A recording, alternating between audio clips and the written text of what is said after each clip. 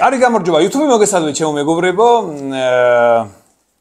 დადგა ნანატრი დღე კოლექციონერებისთვის დიდი ხანია აღარ ჩამიწერია საკოლექციო იარაღზე ვიდეო და დღეს გვაქვს საკოლექციო იარაღი Hans Stieferi მე-16 მე-17 საუკუნეა კოლექციონერის მნიშვნელობა არ აქვს ხა ერთი საუკუნე იგივე იქნება თუ ერთი საუკუნე აგეთ იქნება გააჩნია ხო მაგასაც გააჩნია მართალი ხარ ხო უნდა გამოიწერო ჩემი არხი მეგობარო რათა ახალი ვიდეოები პირველმა იხილოთ თქვენ რაც შეეხება ახლა უშუალოდ იარაღს ეს იარაღი ჩემო მეგობრებო არის კაჟიანი ეგრეთ წოდებული მოოქროვილი პატრიცია შტიფერის მიერ დამზადებული რაც ინტერნეტში იძებნება რომ ძალიან ბევრ მუზეუმში ინახება მის მიერ დამზადებული აი ეს ასე ვთქვათ მუშკეტი ეგრეთ წოდებული კაჟიანი თოფი აი ლულასაც შეხედეთ როგორია მაშინდელი ნამუშევარი აი დააგვირდით აი რამდენი კუთხა არის მე მგონი 8-ზე მეტი აქვს 1 2 3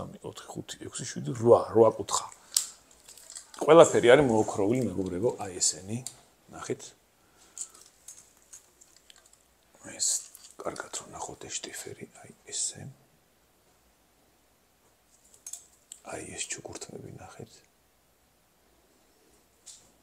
ну ეს იყო მაშინდელი დროისთვის როგორ გითხრა იცი აი ამაზე ზემოთ კლასი რო აღარ არის რა აი ეს იყო ანუ ქონდა დიდგვაროვნებს მეფეებს მონადირეებს აქ არის გამოსახული ნადირობის სცენა ირემს მისდევენ ესე იგი მეძებრები და ვიღაცა ჯიგარი აქედან ნადირობს აქ აქვს თავისი პენალი მეგობრებო აი აქ ამ პენალში ინახებოდა ჩემი ვარაუდით ინახებოდა ან ტყვიები, ან ქეჩები, ტყვიები როგორ ანუ რაც მიფრინავდი ერთ სიტყვით. ძალიან აბწიო როგორ იყო. ნუ მივაწვე. თუ დავწიო მოიცადე. აი. აი. ესეც მოოქროვილია. აი. ეგრეთ წოდებული პენალი აქ ინახებოდა. ქეჩები და ჟაკნები ეგრეთ წოდებული, რა ვიცი. აქიდებოდა. ნუ ეხლა ვინც არიცით იმას გიხსენთ, ეხლა მცოდნეებმა ეს არ გესწავლებათ. აქ იყრებოდა ეგრეთ წოდებული დენთი, ეს გადმოიწევოდა, მაგრამ აი ამაში, აი ეს ლუფტი, იმიტომ აქ რო აქ კაჟის ქვა იდებოდა, შემდეგ ეს გადმოიწევოდა და დაარტყმი. ეხლა არ მინდა უბრალოდ რომ დავარტყმებთ, რომ სამუზეუმო ექსპონატია და მაინც უნდა მოეპყრო სათუთად აი ეს ხელთათმანებიც მაგიტომ ჩავიცვი. და დარტყმის შედეგად აალება ხდებოდა და შემდეგ მე ისროდა. ხო, მოყვება თავისი ზუმფარა, ზუმფა ეგრეთ წოდებული, შომპოლი, ძველი მონადირეები ეს ეძახიან. ჩაიყრებოდა დენთი და აქედან ხდებოდა მისი ჩატკეპნა. ჩაიტკეპნებოდა. მე კი იცით რაც ხდებოდა. მოკლედ მეგობრებო, აი ეს ულამაზესი თოფი, რომელიც 1666 აწერია, ანუ თუ 67, არა, 7 აწერია, 1667, აი ხა წერია. 1667. 1667, რაღაც ამოტვიფრულები აქვს, მოოქროვილია სულ. აი წინაც ეს, ნახეთ. ეგრეთ წოდებული კორა, ქართულად ეს არის კორა, მუშკა არ არის, ეს არის კორა. და აი ესეთი ჯიგრობა სხვისდება. ხო, მე-17 საუკუნე. შემისწორეს მე-17 საუკუნე კი 1600 უკვე გადავსვით შესაბამისად მე-17 საუკუნეა. აი ეს ულამაზესი თოფი მეგობრებო არის უიდეალურესი საჩუქარი მაგალითად. ეს თავის დროზე სასაჩუქრად გადასცეს იმ ადამიანს ვისიც არის ეს და ნუ ეხლა ეს ადამიანი ასხვისებს ამ თოფს. აი ესეთი ულამაზესობაა მეგობრებო. ან საკოლექციო ვერსია არის, არ ვიცი თბილისში, საქართველოში თუ არის ესეთი სიმართლეებითად ვერ გეტყვით, არ ვიცი.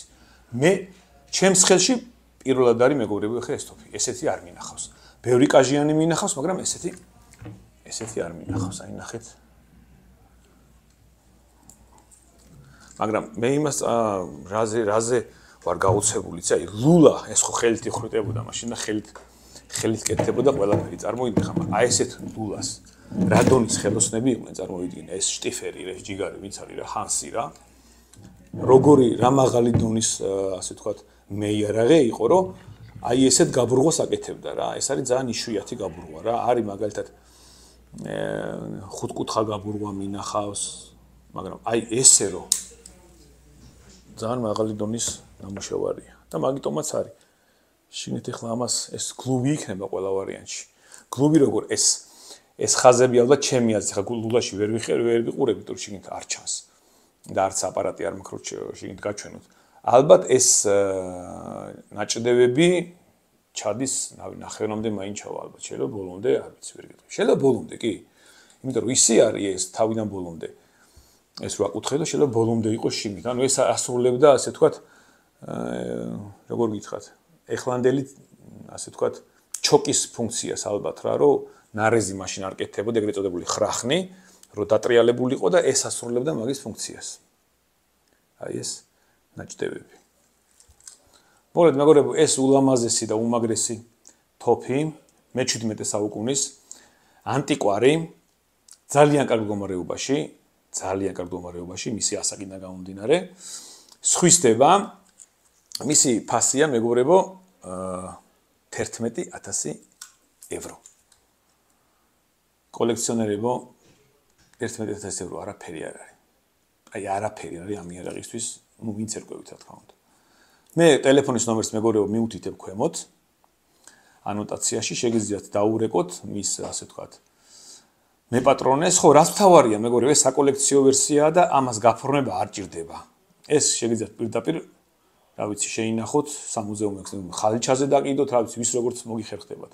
ამას გაფორმება არ ჭირდება. ეს არის ჩვეულებრივი კაჟიანი, უკვე ანტიკვარი არის, ამდენი საუკუნის არის. ასე რომ მაგაზე მოიფიქრეთ, რომ გაფორმება და რაღაც არ გჭირდებათ გაფორმება. პირდაპირ შეგიძლიათ შეიძინოთ. ასე რომ მეგობრებო, წინასწარ მინდა მოგილოცოთ, ვინც ამას შეიძენთ, იმიტომ რომ მართლა მაგარი შენაძენია და კარგია, იმიტომ რომ ესეთი იარაღები ძალიან ცოტაა. სოფლიოში არის ცოტა მე მიხარია, რომ მე გამიხარდება თუ ქართველი იყიდის ამას. საქართველოს მოქალაქე და ჩემ ქვეყანაში დარჩება ეს იარაღი და ვიღაც უცხოელი არ იყიდის რა. თუმცა ვინც იყიდის გორთა გაუმარჯოს, მაგრამ მაინც მე ესე მინდა რომ საქართველოს დარჩეს რა, იმიტომ რომ მე იმდენად მიყვარს თოფები და საჩხლეტი დანები და ასე შემდეგ, როგორც მონადირეს მეთევზეს, აი უმაღლეს დონეზეა შესრულებული მეგობრებო. აი ხა მე მინდა რომ აი ეს განახოთ რა, აი ეს გრავი, ანუ რა ვიცი რა, აი როგორი სცენა, არ ვიცი ხა კამერა რამდენად აღიქვავს, მაგრამ აი უმაღლესი შესრულებაა რა. უმაღლესი შესრულება. ყველანაირად აი შეხედეთ. აი უმაგრესია. თან მოყვანილობაც კარგი აქვს, აი შეხედეთ, სალოყე როგორია. აი კაწერია ჰანს შტიფერი, ეს ვისიც მე იარაღი ვინც დაამზადა. მოკლედ ბევრი აღარ ვილაპარაკო მეგობრებო, სხვისდება 11,000 ევროთ. ანოტაციაში მითითებული იქნება მე პატრონის ტელეფონის ნომერი. გამოიწერეთ ჩემი რახე და ბევრ ახალ ვიდეოებს შემოგთავაზებთ. აბა დროებით, წინასწარ გილოცავ მეგობარო ვისიც გახდება ეს თოფი.